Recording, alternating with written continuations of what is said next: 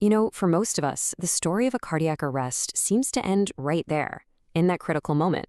The heart either restarts or it doesn't. But what if I told you that for the incredible few who survive, that's not the end?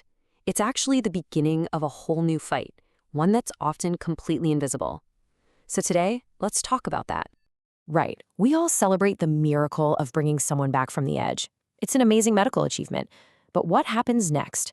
What happens in the days, the months, the years after a survivor walks out of that hospital?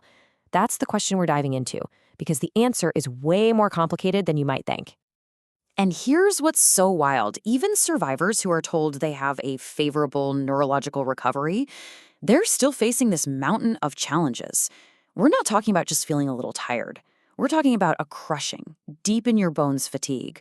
We're talking about serious anxiety, depression, and major cognitive issues like real brain fog and memory loss. It can make you feel completely alone. And get this, it's not just the survivor. Their families, their loved ones, they become co-survivors, and their worlds are turned totally upside down too. So you're probably thinking, okay, where do these families get help? The healthcare system that just saved their life, right? Well, that's where we hit a huge wall.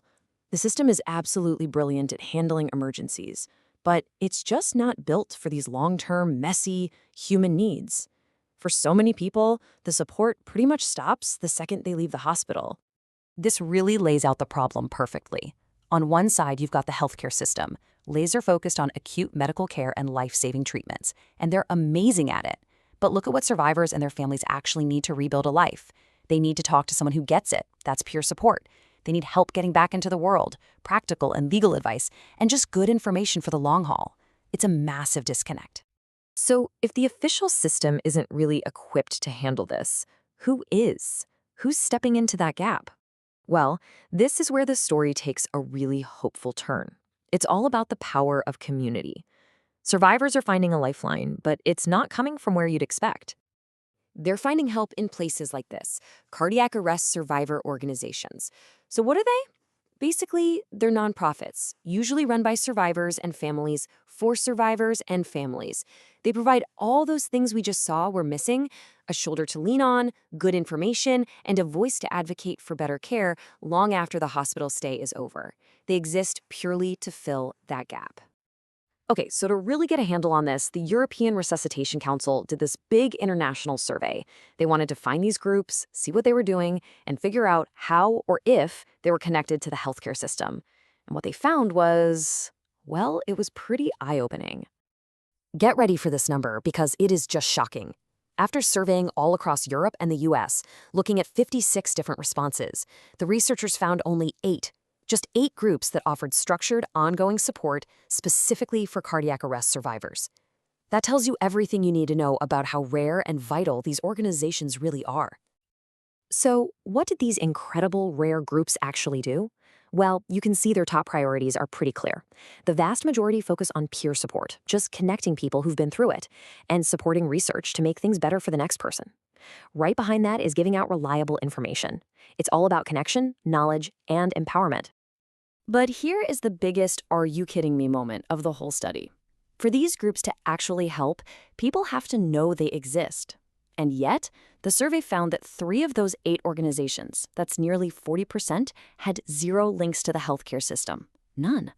Think about that. People are being sent home with no pamphlet, no phone number, no clue that this help is even out there. And the gap just gets bigger the higher you go.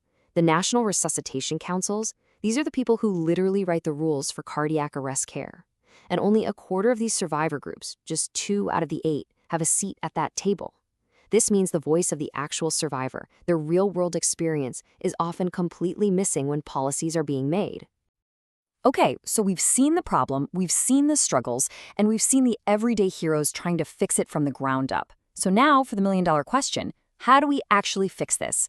How do we build those bridges so that every single survivor doesn't just survive, but actually gets a chance to thrive again?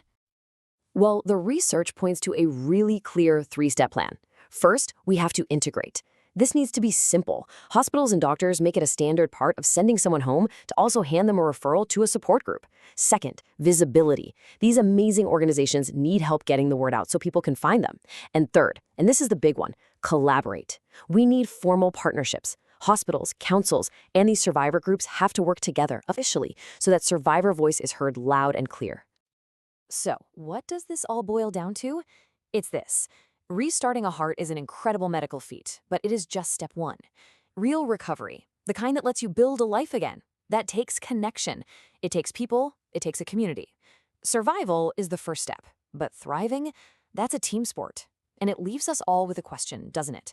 What can we do to help build that team?